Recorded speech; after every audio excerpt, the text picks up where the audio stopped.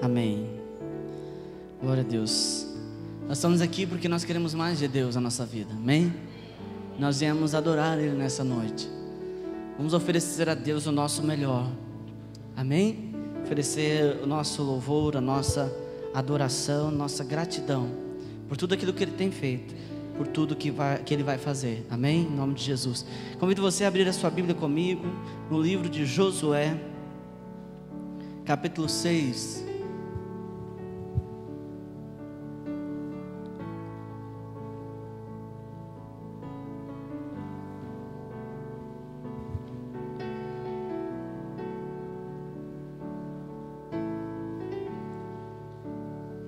Josué capítulo 6. Vamos colocar de pé, em reverência à leitura da palavra de Deus.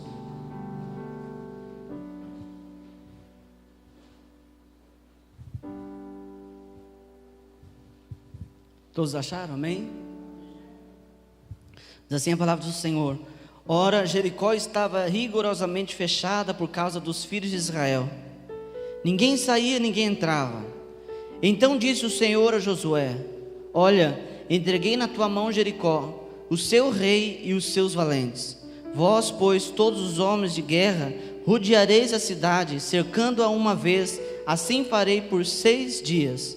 7 sacerdotes levarão 7 trombetas de chifre de carneiro adiante da arca. No 7º dia rodeareis a cidade 7 vezes, e os sacerdotes tocarão as trombetas. E será que, tocando-se longamente a trombeta de chifre de carneiro, ouvindo vós o sonido dela, todo o povo gritará com grande grita. O muro da cidade cairá abaixo, e o povo subirá nele, cada qual em frente de si. Então Josué, filho de Num, chamou os sacerdotes e disse-lhes: Levai a arca da aliança, e 7 sacerdotes levem 7 trombetas de chifre de carneiro adiante da arca do Senhor. E disse ao povo: Passai a rodear a cidade, e quem estiver armado passe adiante da arca do Senhor. Assim foi que, como Josué dissera ao povo, os 7 sacerdotes com as 7 trombetas de chifre de carneiro diante do Senhor passaram a tocar as trombetas, e a arca da aliança do Senhor os seguia. Os homens armados iam diante dos sacerdotes que tocavam as trombetas. A retaguarda seguia após a arca, e as trombetas soavam continuamente. Porém, ao povo ordenara a Josué, dizendo: Não gritareis, nem fareis ouvir voz alguma, nem sairá palavra alguma da vossa boca, até o dia em que eu vos diga: gritai, então gritareis. Assim a arca do Senhor rodeou a cidade, contornando-a uma vez, entraram no arraial e ali pernoitaram. Levantando-se Josué de madrugada, os sacerdotes levaram de novo a arca do Senhor. Os 7 sacerdotes que levavam 7 trombetas de chifre de carneiro diante da arca do Senhor iam tocando continuamente. Os homens armados iam adiante deles, e a retaguarda seguia após a arca do Senhor. Enquanto as trombetas soavam continuamente. No 2º dia, rodearam outra vez as cidades e tornaram para o arraial, e assim fizeram por 6 dias. No 7º dia, madrugaram ao subir da alva, e da mesma sorte, rodearam a cidade 7 vezes. Somente naquele dia, rodearam a cidade 7 vezes. E sucedeu que, na 7ª vez, quando os sacerdotes tocavam as trombetas, disse Josué ao povo: Gritai, porque o Senhor vos entregou a cidade. Porém a cidade será condenada, ela e tudo quanto nela houver. Somente viverá Raabe, a prostituta, e todos os que estiverem com ela em casa, porquanto escondeu os mensageiros que enviamos. Então somente guardai-vos das coisas condenadas, para que, tendo-as vós condenado, não as tomeis, e assim torneis maldito o arraial de Israel, e o confundais. Porém toda a prata e ouro e utensílios de bronze e de ferro serão consagrados ao Senhor, irão para o seu tesouro. Gritou, pois, o povo, e os sacerdotes tocaram as trombetas. Tendo ouvido o povo o sonido da trombeta, levantado grande grito, ruíram as muralhas. O povo subiu à cidade, cada qual em frente de si, e a tomaram. Tudo quanto na cidade havia, destruíram totalmente ao fio da espada, todos homens como mulheres, tanto meninos como velhos, também bois, ovelhas e jumentos. Amém? Senhor Deus, nós pedimos que o Senhor venha ministrar a Tua palavra. Traga a revelação dela, Deus, em nome de Jesus. Que cada um aqui, Senhor, seja farto do Senhor, seja cheio do Senhor, Deus. Em nome de Jesus, nós repreendemos todo atrapalho contra a Tua palavra. Pedimos que venha do Senhor, Pai, uma palavra diretamente do trono do Senhor. Em nome de Jesus, Senhor, que o Senhor tenha liberdade para agir nessa noite. Que o Senhor tenha liberdade para falar aos nossos corações, em nome de Jesus. Amém. Podemos assentar?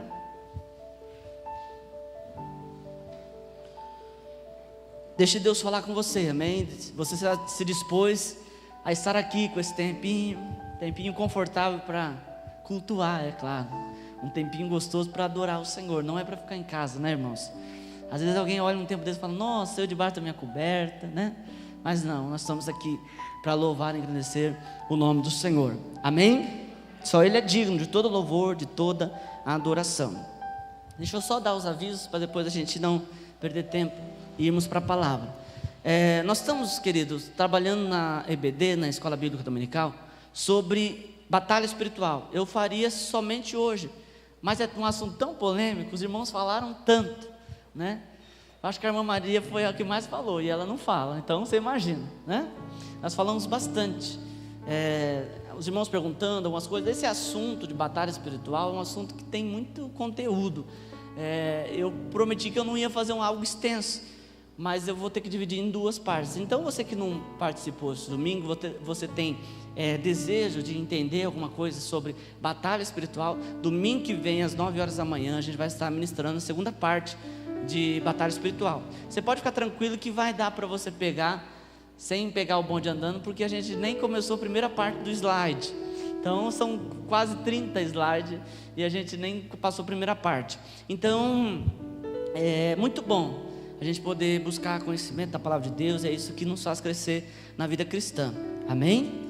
A palavra de Deus diz que o povo padece por falta de conhecimento, de entendimento da palavra. A gente precisa entender. Isso só acontece quando a gente lê a Bíblia, a gente abstrai, a gente busca conhecer mais, amém? Não uma leitura superficial, mas uma leitura profunda. Então, domingo que vem, às 9 horas da manhã. Sexta-feira tem culto aqui na igreja, às 7h30 da noite. Na terça-feira as irmãs têm uma reunião de oração aqui. A Márcia lidera essa reunião, as irmãs oram. Irmãos também que quiserem participar, né? A gente fala irmãos porque até então estava vindo irmãs, mas fiquei sabendo que veio alguns irmãos. Então aqueles que desejarem, vem aqui. É uma palavra ministrada e depois é oração. Ora pela igreja, ora pelo pastor. Eu tenho certeza que oram por mim, em nome de Jesus. Então estão aqui toda terça-feira. Sexta-feira, toda sexta-feira o nosso culto. Sábado, como eu disse, a gente só terá programação no sábado depois do carnaval, amém? E eu tenho certeza que Deus tem algo para nós. A gente tem que buscar Deus, a gente tem que buscar o Senhor.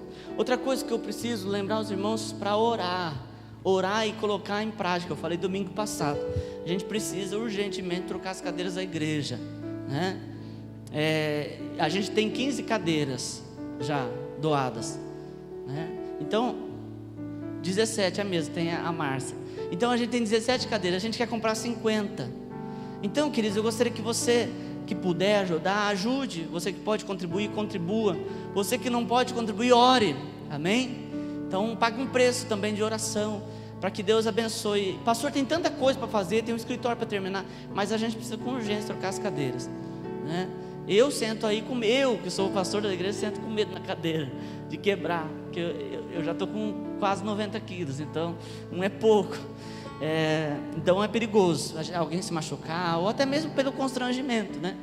Eu tenho certeza que tem alguns irmãos que se cair não acontece nada, mas se algum irmão cair perto do Lúcio, meu filho, já era. Ou você sai humilhado daqui, porque ele vai rir de você, né? Ele não vai segurar.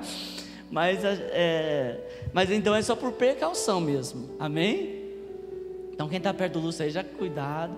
Estou vendo que os irmãos estão lá no fundo, que aí não dá para a cadeira deitar, né? Mas amém. Então vamos orar. Você que pode ajudar, ajude, em nome de Jesus, amém? Uma coisa que é importante a gente falar: dia 11 nós não teremos culto aqui na igreja, depois a gente tem a conferência profética em Jales. Então alguns irmãos vão estar indo, então nós teremos culto na sexta-feira, mas domingo da conferência a gente não tem, como é feito os outros anos, Amém? Então, você que não vai na conferência, ore. A gente sempre é instruído lá, a gente é ministrado lá, e essa ministração ela vem para cá. A gente é ministrado, a gente é cheio e transborda aqui. Amém? Alguns irmãos estarão indo, eu sei que todos não podem ir, mas vai ser uma grande bênção em nome de Jesus. Amém? Hoje vamos para a palavra. Olha para o teu irmão e diga assim para ele: derrubando muralhas. Quantas vezes a gente ouve isso na vida cristã, né? Quantas vezes derrubar muralhas. Isso é um fato que aconteceu no povo de Deus, que a gente fica entusiasmado. A muralha de Jericó, só para os irmãos terem uma ideia, ela tinha 9 metros de altura por 3 de largura. 9 de altura por 3 de largura. Só para os irmãos terem uma noção, a altura do fogo aqui da igreja é 4 metros. Nós estamos falando de 9, nós estamos falando do dobro mais 1. Então, é uma muralha grande, 3 metros de altura. Pastor, então não era um muro, era uma muralha. Havia casas em cima do muro, havia rua em cima do muro, as pessoas moravam. A Bíblia diz que Raabe, a prostituta, a meretriz, morava em cima do muro. Uma muralha gigante. E essa muralha, pela fé, ruiu de alto a baixo. Nenhum poder humano tinha capacidade de destruir essa muralha, mas ela foi destruída pelo poder do Senhor. Amém? Queridos, aqui quando nós vemos essa passagem, é logo quando o povo entra na terra que o Senhor prometeu para eles, a terra que manaria leite e mel. Quando o povo saiu do Egito, escravizado pelo faraó, por Satanás, a gente sabe que a figura de faraó é a figura de Satanás. O povo saiu do Egito e o Senhor levou eles para uma terra que manava leite e mel. Essa geração que está conquistando Jericó não é a geração que saiu do Egito, pois os que saíram do Egito todos, menos Josué e Caleb, todos padeceram no deserto, porque não ouviram a voz de Deus, pois não obedeceram a voz de Deus. Então todos padeceram. Aquela geração com quase 1 milhão de pessoas, a Bíblia diz que havia 600 homens de pé, fora mulheres e crianças e aqueles que estavam juntos. Todos esses padeceram no deserto. E a futura geração e Josué e Caleb entraram na terra que manava leite e mel. E para que o povo entrasse nessa terra, eles tinham que possuir a terra. Não era apenas entrar, mas possuir, tomar posse dessa terra. A Bíblia sempre nos faz uma analogia, nos faz analogia para os dias de hoje. A gente sabe que o Egito é o mundo, a gente sabe que Faraó é Satanás, a gente sabe que a terra que mana leite e mel é a nova Canaã celestial. E nossa Canaã celestial é tomada por esforço. Amém? Jesus morreu na cruz, mas eu preciso tomar posse da minha salvação. Eu preciso em Deus conquistar a minha salvação. Não que eu tenha que pagar um preço, mas eu tenho que em Deus ter salvação. E aqui, irmãos, destrói todo o pensamento humano de que todos serão salvos. Não serão todos. A Bíblia diz assim em Romanos 9, que aqueles que creem com o coração e confessar com a boca serão salvos. Eu preciso fazer alguma coisa, eu preciso me entregar, senão não há salvação. Amém? Então essa nova geração, elas vão para entrar na terra que manava leite e mel. E a primeira cidade que eles precisam tomar era Jericó. Uma cidade rigorosamente militar. Uma cidade que tinha condição de se armar, de se resguardar, de se fechar dentro de uma muralha. E essa foi a estratégia deles. O povo de Deus já era conhecido na região. Conforme eles iam chegando, o povo conhecia a história, conhecia que Deus estava com eles, que havia uma chama de fogo como nuvem em cima deles, e que essa nuvem andava com eles, e que as águas abriam. O Jordão aqui tinha acabado de abrir para o povo passar a pé enxuto. Então a fama do povo de Deus espalhou por toda aquela região, e a palavra de Deus diz que a cidade de Jericó estava rigorosamente fechada. Eles não podiam atacar, então eles se fecharam, assim como faz uma tartaruga, um caramujo. Eles se esconderam e ficaram lá. E como que vai atravessar? E como que vai entrar? Então aí entra o sobrenatural de Deus. Então o Senhor diz para eles: olha, eu já dei aquela cidade para vocês, aquela cidade é de vocês. Isso nós temos que entender. Eu preguei esses dias que Deus não quer nos abençoar, Ele já nos abençoou. Deus não quer nos dar vitória, Ele já deu vitória. Ele só quer apenas que nós conquistemos a nossa vitória.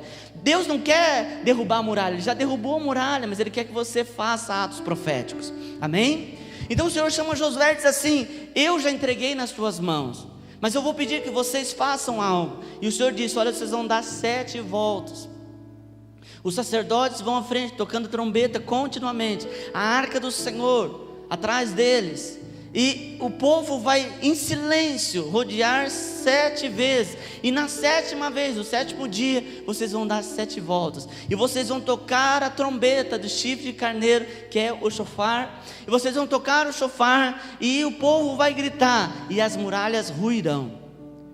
E o povo assim fez, rodeou o primeiro dia, o povo em silêncio, os sacerdotes tocando o shofar, a arca do Senhor sendo carregada, e eles rodearam e se deitaram. Ao amanhecer eles rodearam. Nós estamos falando, querido, de rodear uma cidade, nós estamos falando de rodear um quarteirão. Eles passavam um dia rodeando a cidade, e eles acordavam pela manhã, logo quando o sol aparecia, e eles rodeavam Jericó, e no final eles deitavam e dormiam. O povo em silêncio, o sacerdote tocando a trombeta, e a arca do Senhor ia à frente. Amém?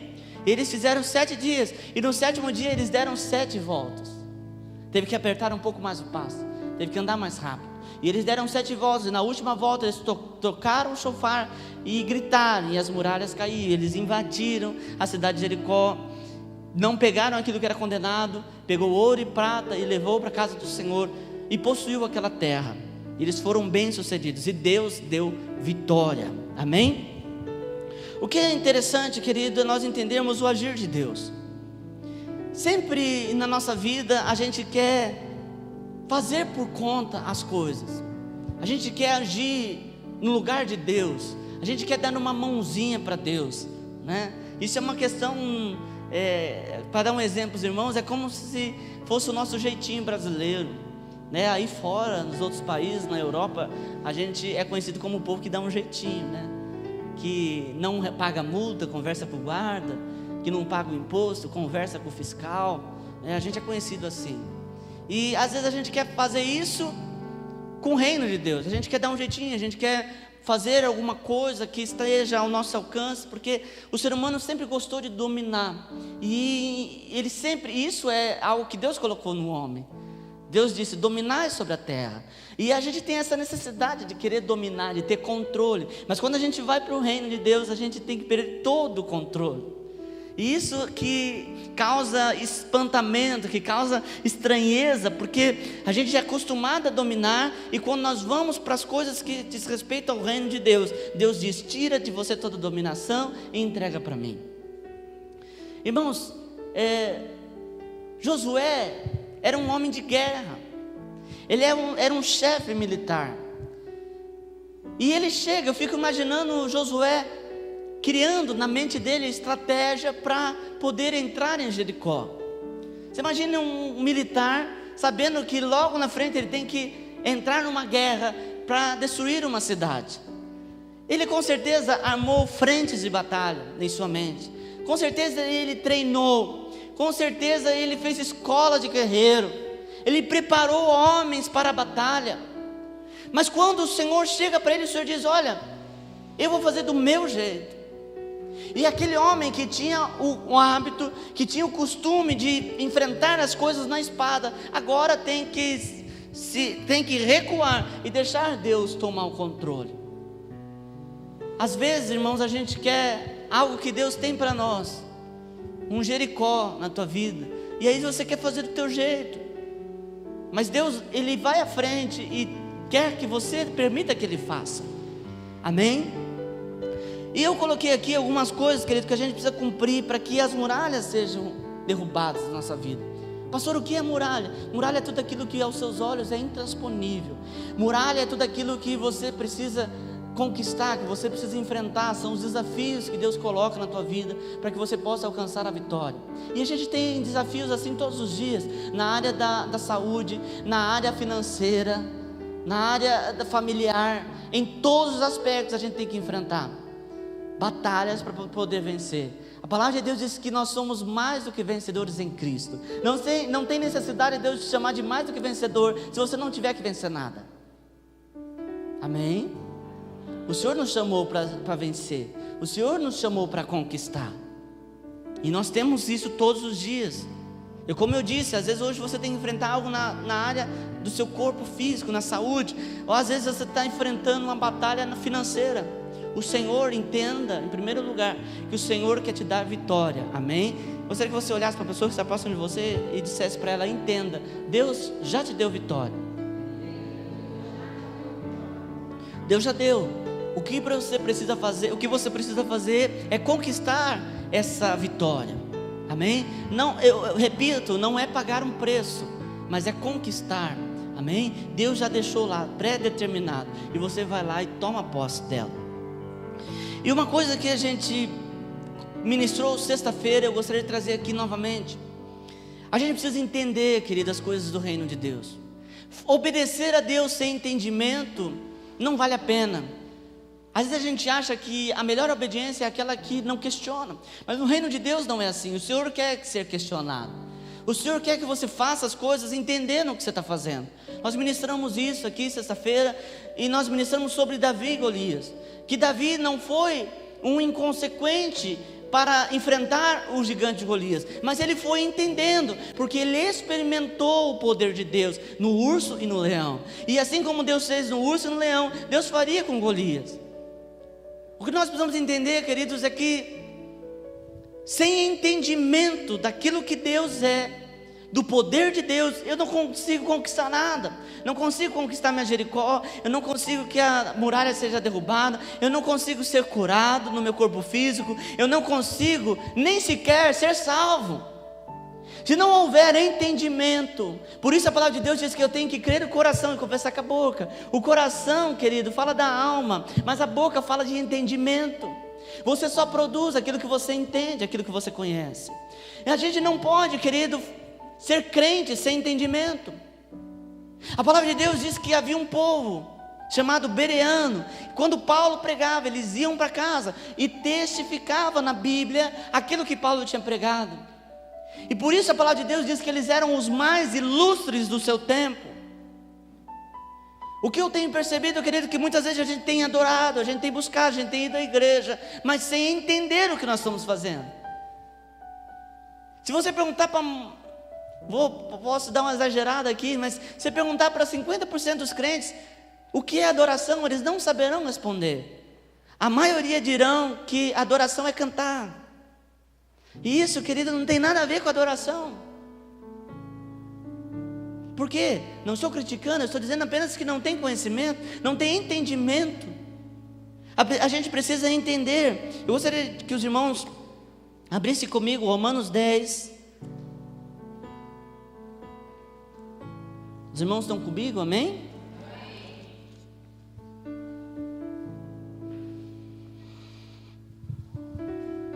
Diz assim a palavra de Deus, Romanos capítulo 10, versículo 1: Irmãos, a boa vontade do meu coração e a minha súplica a Deus a favor deles são para que sejam salvos, porque lhes dou testemunho de que eles têm zelo por Deus, porém não com entendimento. Paulo está falando assim: eu tenho orado para que seja salvo, porque eles podem nem sequer ser salvos, porque eles têm zelo, eles vão à igreja, eles leem a Bíblia, eles buscam alguma coisa, mas sem entender o que está fazendo. Deus tem ministrado muito na minha vida esses dias.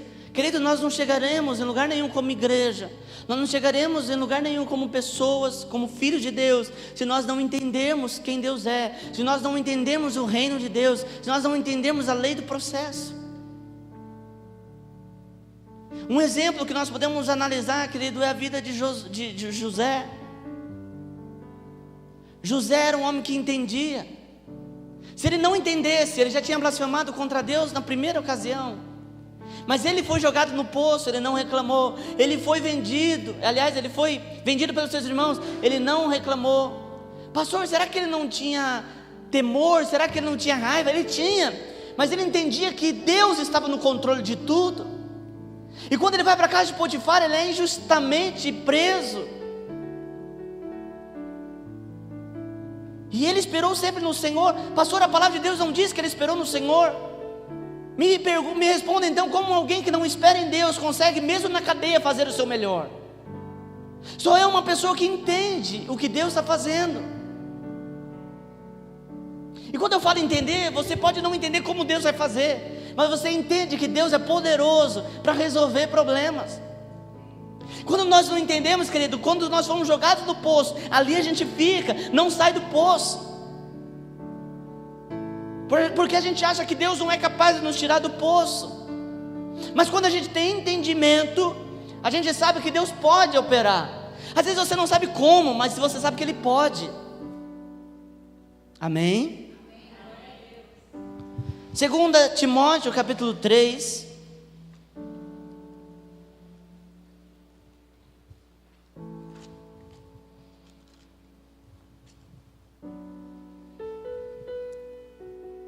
versículo 16, diz assim: toda a escritura é inspirada por Deus e útil para o ensino, para a repreensão, para a correção, para a educação na justiça, a fim de que o homem de Deus seja perfeito e perfeitamente habitado para toda a boa obra.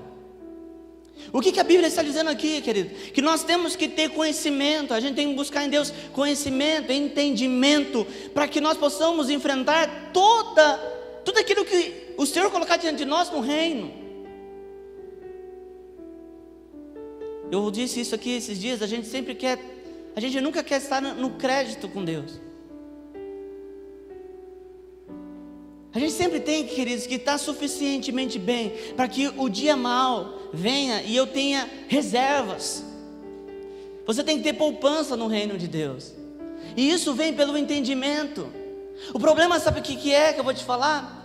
Quando você tem que enfrentar uma coisa, aí você vai procurar entender, e aí você se frustra. Por exemplo, tem pessoas que não aceitam, queridos, que a vida do crente pode ser marcada por morte, que a vida do crente pode ser marcada por uma enfermidade, e por uma teologia que foi pregada. As pessoas dizem: eu não aceito, nem tem que aceitar nada.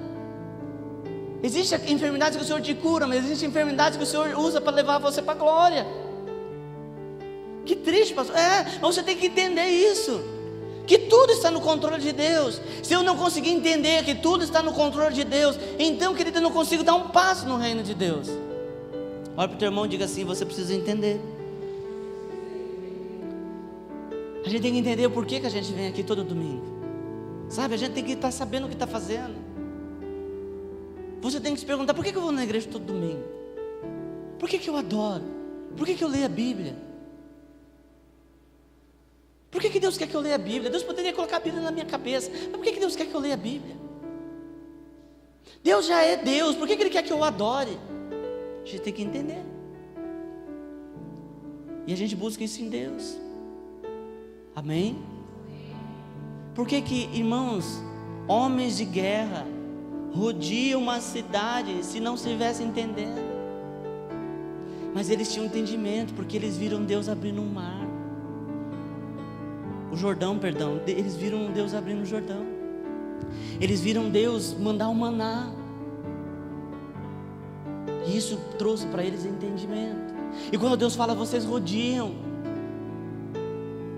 se fosse hoje Deus falar para você: rodia um quarteirão lá que você vai vencer ele, eu vou te dar. Isso é coisa da minha cabeça. Mas quando há um entendimento e Deus fala, você entende a voz de Deus clara e nítida. Amém? Por isso que a gente tem que buscar em Deus entendimento, conhecimento. Senhor, eu quero conhecer, eu quero entender. Amém? Pois a palavra de Deus diz que a palavra de Deus é a fonte para o entendimento. E não é ler a Bíblia, querido, como uma cartomante, né? Tem gente que pega a Bíblia assim, no momento de tristeza, aquilo que eu falei, sempre no devendo, né? Chega lá e... Quantos crentes eu já vi fazendo isso? A Bíblia não é cartomante. A Bíblia é um livro que deve ser meditado, que deve ser estudado, que deve ser entendido. E através do conhecimento da palavra de Deus, você cresce. Olha a batalha que Jesus enfrentou com Satanás no deserto, quando ele estava sendo tentado pelo diabo. Jesus tinha que ter o conhecimento. Se ele não tivesse conhecimento, ele seria uma presa do diabo. Você está preparado para discutir com o diabo? Se o diabo aparecer para você hoje à noite, lá na tua casa, e querer brigar com você de Bíblia, você dá uma surra nele? A Bíblia diz que o diabo, ele pode disfarçar de anjo de luz. Por que existe tanta heresia no nosso meio? Porque as pessoas interpretam a Bíblia do seu bem-querer, e por falta de conhecimento e entendimento da Bíblia, elas dizem que Deus mandou elas fazerem aquilo.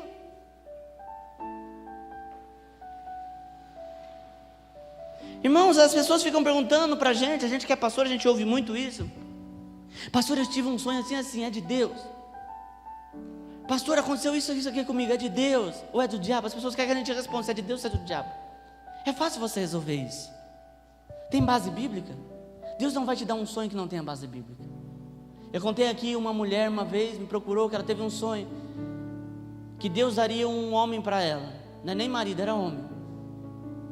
Mas esse homem era casado, então Deus ia matar a mulher dele para que ela ficasse. Ô meu amado, isso não é bíblico.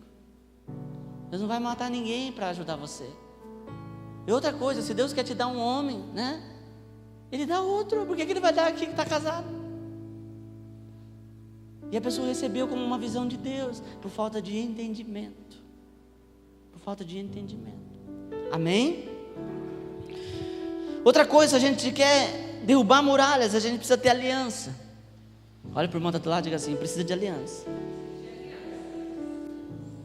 A palavra de Deus diz que eles rodearam a terra e gritaram e tocaram o chofar, e as muralhas caíram. Mas antes disso, gostaria que você lesse comigo capítulo 5.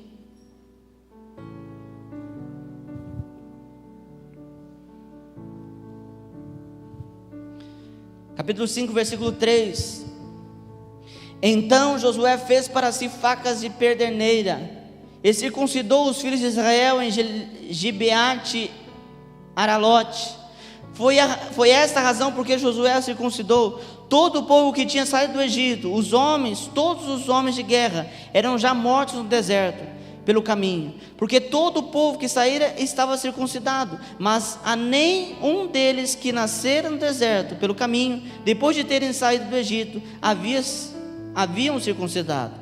Porque 40 anos andaram os filhos de Israel pelo deserto, até acabar toda a gente dos homens de guerra que saíram do Egito, que não obedeceram à voz do Senhor, os quais o Senhor tinha jurado que lhes não havia de deixar ver a terra que o Senhor, sob juramento, prometeu a dar a seus pais, terra que mana leite e mel. Porém, em seu lugar pôs os seus filhos. A este Josué circuncidou, porquanto estavam incircuncisos, porque os não circuncidaram no caminho. Tendo sido circuncidada toda a nação, ficaram no seu lugar no arraial, até que sararam. Disse mais o Senhor Josué: hoje removi de vós o opróbrio do Egito, pelo que o nome daquele lugar se chamou Gilgal, até o dia de hoje. O povo que saiu do Egito era um povo que tinha sido circuncidado. Pastor, aquela pergunta: o que é circuncisão? Circuncisão para nós hoje é como se fosse a operação de fimose. Cortava-se a pele do prepúcio, da glande. Isso era circuncisão. Ah, pastor, mas por que isso? Dá até uma agonia eu pensar nisso. Era a forma que o Senhor usou para poder marcar o seu povo. Os homens então eram marcados. Os homens que eram circuncidados, eles tinham uma aliança com Deus. Era aliança. Deus colocou a circuncisão como um símbolo de aliança. E Deus é tão bom. Não tem nada a ver com a pregação, mas só para você entender um pouquinho. Os judeus circuncidados é o povo que menos tem câncer de colo de útero, justamente por conta da circuncisão, porque a glande é exposta e há uma melhor higienização da glande. Então Deus não faz as coisas sem pensar. Amém? Amém? Então, querido, o povo que saiu do Egito era circuncidado, mas os que nasceram no deserto, que iam conquistar a terra, porque o povo que saiu não conquistou, pegou, e Deus disse: vocês não vão entrar na terra. Eles padeceram no deserto, mas seus filhos não eram circuncidados. E antes do Senhor levá-los para Jericó, o Senhor disse: Josué, circuncida todo mundo. Você imagina, Se saiu do Egito 1 milhão de pessoas, quantos milhões não tinha? Muitas pessoas. E Josué então fez uma faca. Josué passou dias fazendo cirurgia. Puxava e puxava, pá. Facinha, só uma pedrinha, dava uma picotada. Puxava e dava uma picotada. Adulto, criança, todo mundo, todos os homens eram circuncidados. E eles foram para Arraial e ficar lá. Geralmente durava 40 dias a cura. 40 dias gemendo e chorando, sem poder andar. Mas isso era necessário. O Senhor disse: eu preciso remover o opróbrio que está do Egito. Olha que interessante. O povo não nasceu no Egito, mas havia um opróbrio. Havia algo do Egito neles. Por isso a palavra de Deus diz, o apóstolo Paulo vai dizer, que a circuncisão hoje não é uma circuncisão da carne, mas é a circuncisão do coração. O que isso tem a ver, pastor? O Senhor disse que Ele removeu o opróbrio. O povo nasceu no deserto, o povo conheceu a lei de Deus, mas mesmo eles não tendo contato com o Egito, eles tiveram o opróbrio do Egito. Às vezes a gente acha que pelo batismo tudo é deixado. Mas eu gostaria de dizer para você que pelo batismo você levanta um novo homem, mas um homem que esteja disposto a ser curado, a remover de si o opróbrio do mundo, do Egito. Amém? Queridos, se nós não estivermos dispostos a isso, nós vamos apenas tomar banho na piscina. Nós precisamos levantar, e a partir dessa nova criatura, a gente vai deixando as nossas capas, as nossas vestes, e renovando as nossas vestes em Cristo. Pastor, eu quero derrubar muralhas, eu quero receber vitória. Deus tem vitória para a minha vida. Então você precisa circuncidar teu coração. Tudo aquilo que não é de Deus, tudo aquilo que pertence ao mundo, o opróbrio do mundo tem que ser arrancado da tua vida. E eu vou dizer algo que é o oposto do que é pregado hoje. Não existe circuncisão sem dor. Não existe circuncisão sem dor. Não existe igreja sem dor. Essa ideia de que a igreja não tem dor é uma enganação do diabo. A igreja tem dor, o crente tem dor, o crente sofre. É necessário para que seja tirado, para que seja arrancado da tua vida o opróbrio do mundo. Você tem que se deixar 40 dias gemendo, chorando, ser arrancado da tua vida. Eu não sei quem ministrou isso um dia, mas é pregado que o evangelho é um evangelho que não tem dor. Isso não existe. A dor te faz crescer. Só há dor porque é a cura. Amém, querido? Vai doer. Pastor, eu quero arrancar algumas coisas da minha vida, porque eu quero estar pleno em Deus. Vai doer. Eu gostaria de dizer para você: não adie a cura de Deus na tua vida. Não adie a circuncisão de Deus na tua vida. É necessário. Irmãos, nós estamos vivendo um tempo onde o evangelho não é um evangelho de confronto. E esse não é o evangelho de Deus. O evangelho de Jesus Cristo é um evangelho de confronto. Te confronta todo dia. Todo dia você é confrontado, porque ele vai ao contrário daquilo que é a tua vontade, ao contrário daquilo que é teu desejo. Por que nós vemos hoje as pessoas saem do mundo? Do mesmo jeito que elas saem do mundo, elas vão para a igreja. As mesmas roupas que elas usavam no mundo, elas usam na igreja. Os mesmos palavreados que usavam no mundo, usam na igreja. Porque não circuncidar o vosso coração.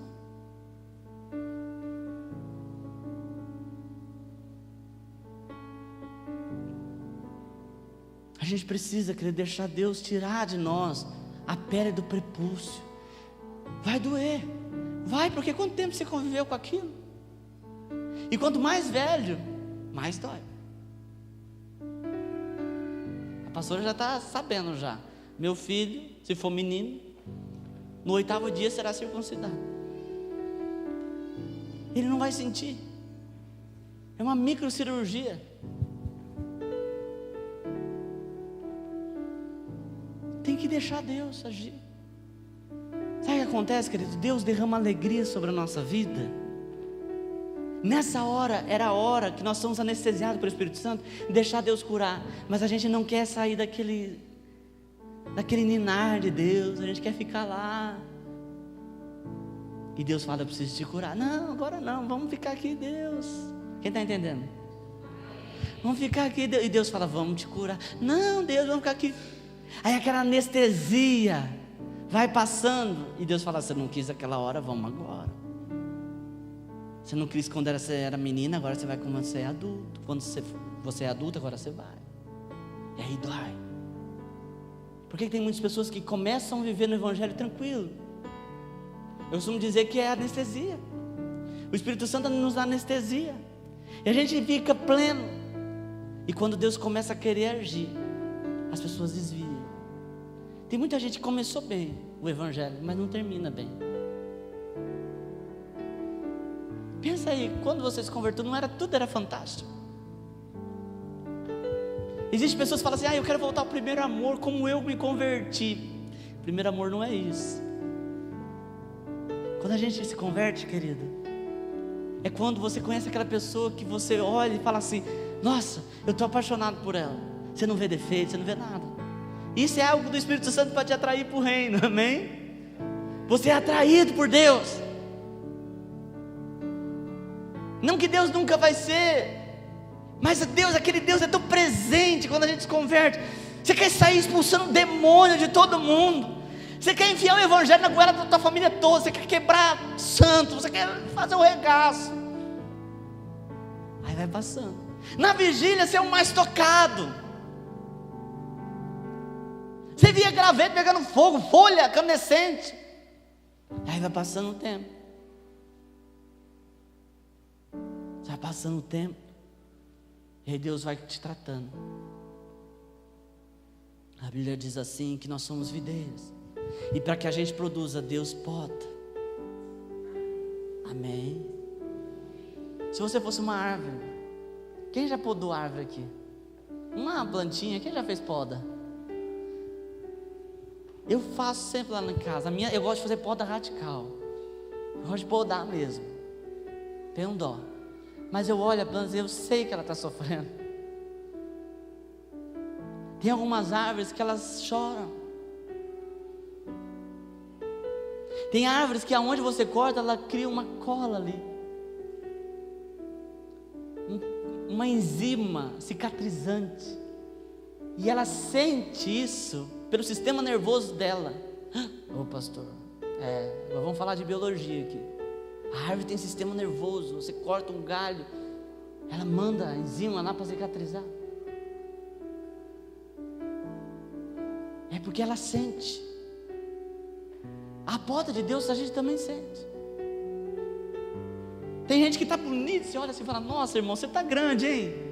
Frondoso, tá folhudo, folhudo, irmão folhudo, cheio.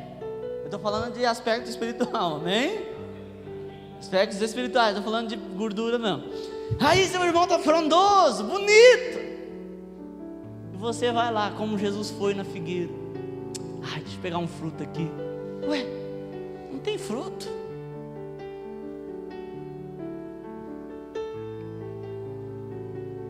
Por que não tem fruto? Porque não deixou ser podado. Você tem que deixar ser podado. Você precisa deixar ser transplantado no coração de Deus. Jesus disse assim: vós sois os ramos, eu sou a figueira. A videira, perdão. Eu sou a videira verdadeira, vós sois os ramos. Nós precisamos ser enxertados em Jesus. E para ser enxertado, você precisa ser arrancado. Tem uma planta chamada rosa do deserto. Ela é uma planta delicada. As pessoas, o nome científico dela é Obesius, porque ela tem uma batatona, um caule grosso. É o nome científico dela. E as pessoas deixam ela crescer. Ela está linda, maravilhosa. Passa um tempo, ela morre. E as pessoas falam: eu não sei por que ela morreu. Porque essa planta, ela requer não somente uma poda na parte superior, mas como uma poda inferior. Ela precisa de uma poda de raiz. Se ela tem uma raiz grande, ela absorve muita água, e a sua batata apodrece, o seu caule apodrece. Então você precisa arrancar ela de lá. Pastor, mas ela está linda, pastor. Você precisa arrancar ela. Você precisa lavar as raízes dela. Você precisa cortar. Tem quem aqui tem rosa do deserto? É a planta magnífica, linda. Se você não fez isso na tua vida, você vai ter que fazer uma hora, porque ela apodrece. Então você tem que arrancar ela, lavar ela, cortar as raízes mais finas, deixar somente as raízes grossas e transplantar ela. A gente precisa entender que nós precisamos tirar nossas raízes. O problema, irmãos, é que a gente quer entender o reino de Deus com a nossa mente, mas as nossas raízes estão no mundo. A gente precisa ser tirado, desarraigados do mundo, enxertados em Jesus, transplantados em Jesus. Olha que interessante. No mundo você que tem que buscar nutriente, no reino Jesus é o teu nutriente. Amém?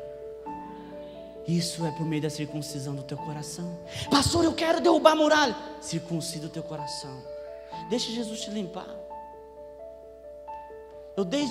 Eu converti com 12 anos de idade. Esse ano vai fazer 20 anos que eu me converti. E quando eu me converti, eu aprendi uma oração. Um pastor Francisco, da cidade de Fernandópolis, ele diz assim que a gente tem que orar para Deus nos passar no filtro. E eu sempre orei: Deus, me passa no filtro. E pensa na imagem do café aí. Você põe o pó lá e joga água quente, só sai o líquido. Se sair alguma coisa, alguma borra, é porque o filtro está furado.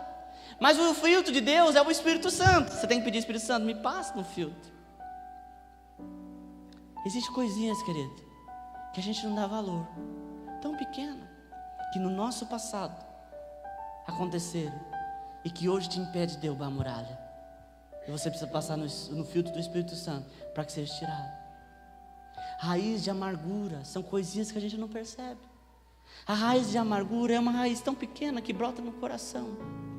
E se você não deixar o Espírito Santo tirar de você, isso vai trazendo, querido, doenças ao teu corpo, trazendo enfermidades, por conta de uma raiz de amargura. Mas a Bíblia nos ensina que onde há amargura, o Espírito Santo torna doce. O povo de Deus ergou na fonte de Mara e a fonte se tornou em doce. Amém? A gente tem que constantemente pedir para que o Espírito Santo nos purifique, nos limpe. Amém? Diga assim comigo: entendimento, aliança, submissão. Nós temos falado muito aqui esses dias. A gente precisa ser submisso à vontade de Deus. Deixa eu explicar primeiro o que é submissão. Os homens gostam: a mulher tem que ser submissa ao vosso marido. Está na Bíblia, pastor. Aí dá a impressão que o homem põe um coturno, né? Põe no pescoço da mulher e fala: faz o que eu estou mandando, vai lavar a louça. A Bíblia diz: a mulher seja submissa ao vosso marido. Faz uma massagem em mim.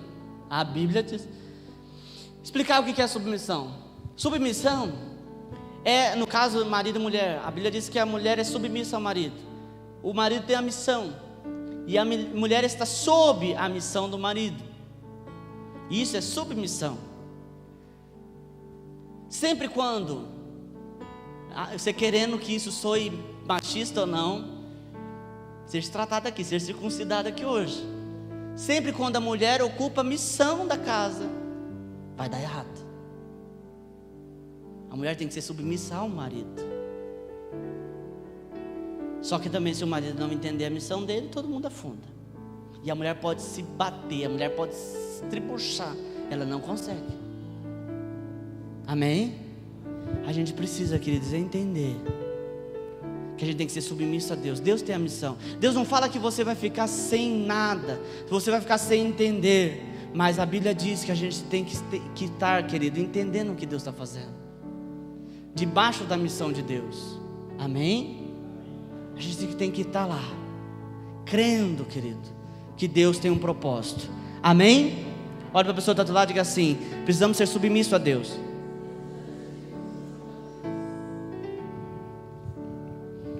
Segundo lugar, olha para a pessoa que está do lado e diga assim: obediência. Existem algumas coisas no reino de Deus que é fácil. Mas existem outras que é difícil. A obediência não é fácil. E aquilo que eu falei, não pode ser uma obediência cega. Eu preciso obedecer entendendo o que Deus está fazendo, o porquê que Deus quer de mim. Quando a gente, querido, faz algo sem entendimento, a gente só está cumprindo um ritual. Pastor, a Bíblia diz que eu tenho que congregar, então eu estou aqui. Mas por quê? Por quê? E Deus ama ser questionado. Não, pastor, não pode questionar. Diga assim comigo: Deus não é alguém que não quer ser questionado. Amém? Deus quer ser questionado. Deus chegou para Abraão e disse assim: eu vou destruir Sodoma e Gomorra. E Abraão disse: ah, mas vai mesmo, Deus. Mas se tiver tanto, se tiver 50, não, tá, 50 eu não destruo, mas 40, tá bom, 40 não destruo, 30, não destruo. Mas não tinha nada. Amém? Deus quer ser questionado. Deus quer ser questionado. Nós estamos vivendo, querido, um tempo de uma lei de mordaz. As pessoas estão tirando das pessoas, esses governos que tem por aí, estão tirando das pessoas o questionamento.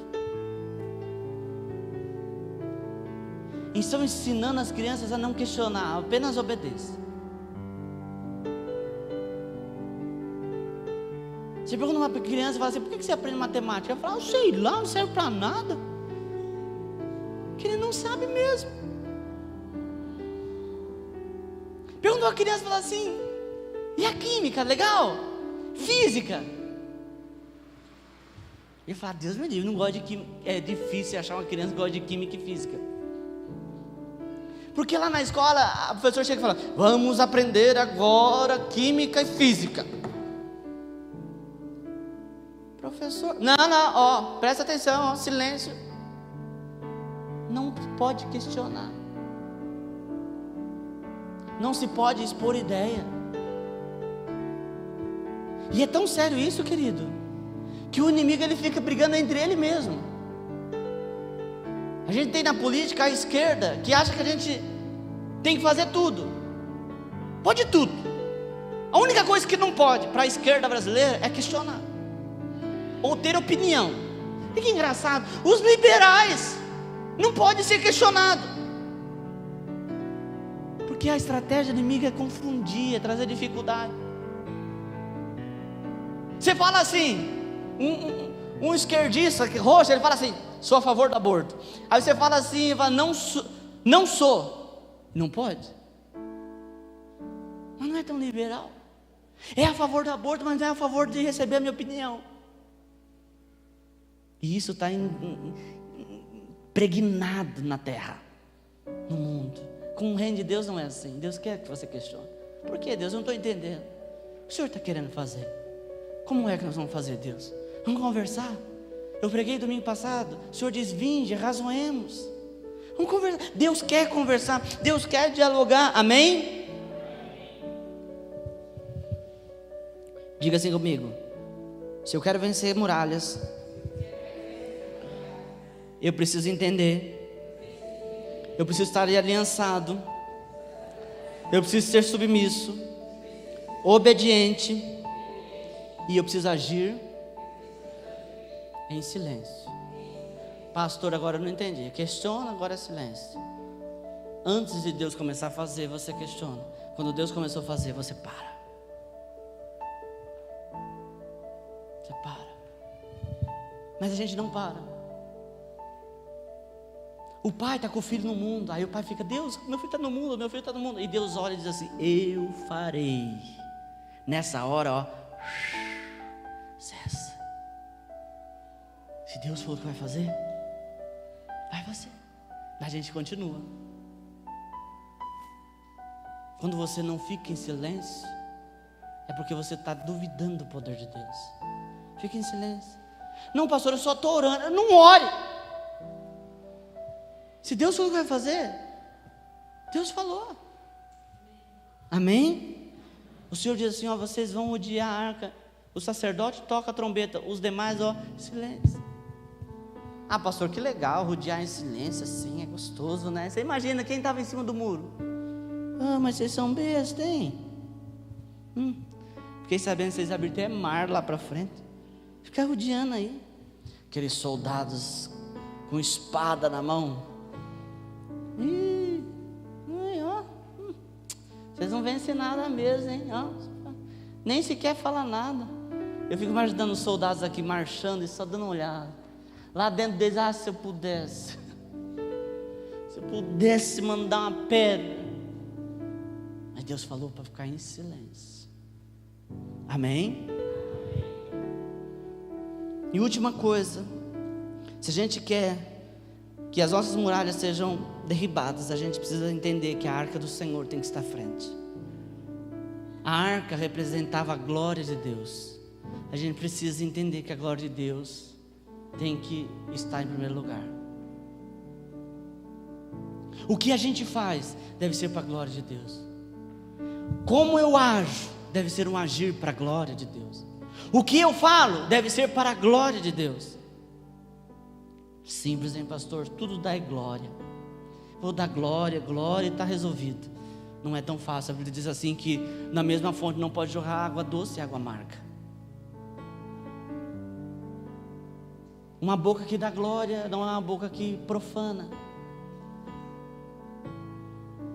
Para que a glória do Senhor seja atraída, você precisa dominar o seu corpo. Amém?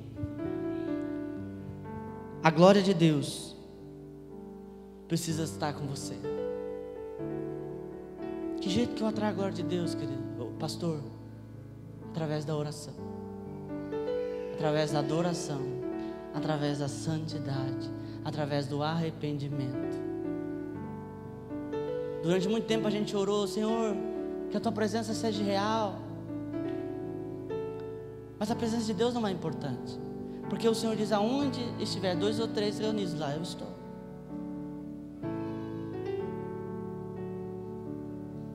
Pastor, não estou aqui dizendo que a presença de Deus não é importante, no sentido de que não precisamos dela, mas eu estou querendo dizer que ela está conosco, independente. Se tiver 2 ou 3 aqui reunidos no nome do Senhor, a presença de Deus está aqui. Agora a glória de Deus, aí é diferente. A glória é a manifestação da presença.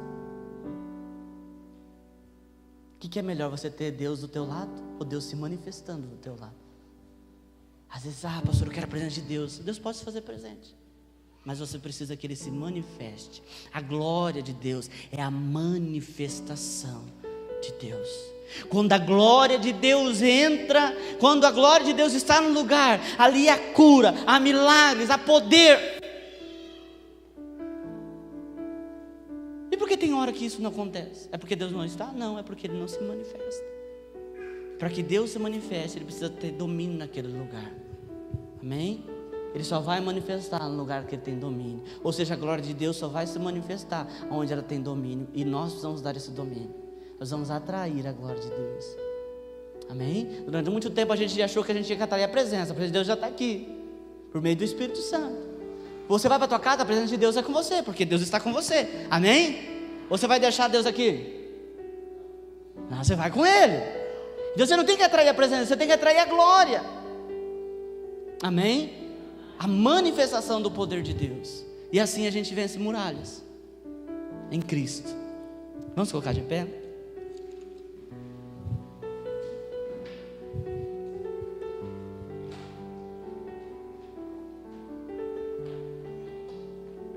Feche os seus olhos. Senhor Deus, em nome de Jesus, nós queremos vencer muralhas no Senhor. Mas nós pedimos, assim como o Senhor treinou o povo de Israel, que o Senhor venha nos treinar. Que a gente entenda o Teu poder, entenda, Senhor, quem o Senhor é. Que o Senhor venha, Senhor, com poder. Que nós venhamos descansar do Senhor. Em nome de Jesus. Nessa noite, Senhor, eu libero uma unção de cura, de libertação. Pai, nós sabemos que a muralha já está derribada no mundo espiritual. Nós só temos que trazer essa realidade para o mundo físico. Então eu creio na cura, eu creio no milagre, e que ele se materialize, Senhor, e que ele seja real na vida dos teus filhos, em nome de Jesus. Eu repreendo também nessa noite, Senhor, todo cansaço espiritual, todo demônio vampiro, em nome de Jesus, seja repreendido, em nome de Jesus. Amém. Enquanto eu estava orando, querido, eu vi muitas pessoas espiritualmente cansadas. Vou te dar uma dica: não dê aquilo que você não tem. Alguém pediu oração para você? Se você puder orar, ore. Se não puder, diga: eu não posso orar. Ai, pastor, misericórdia. Não tem pessoas que é pior que sanguessuga. Suga da gente. Ora por mim, repreenda o demônio por mim. Amém? A gente tem que cuidar com isso, em nome de Jesus. Nós vamos levantar os dízimos das ofertas. Eu gostaria que colocassem o gasofilaço aqui para mim. Quem for dizimar ou ofertar, pega o dízimo, oferta na tua mão, por favor.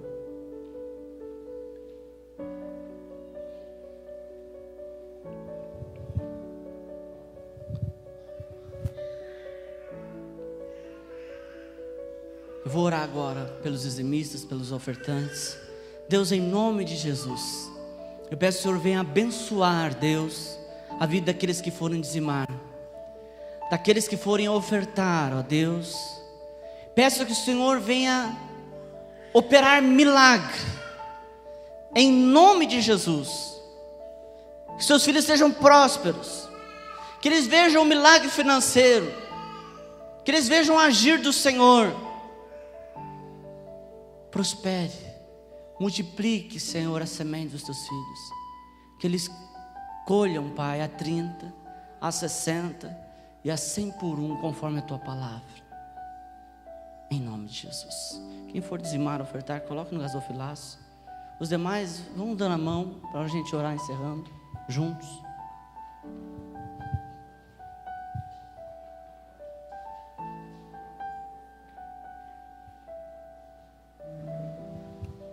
Fecha o corredor aqui, por favor.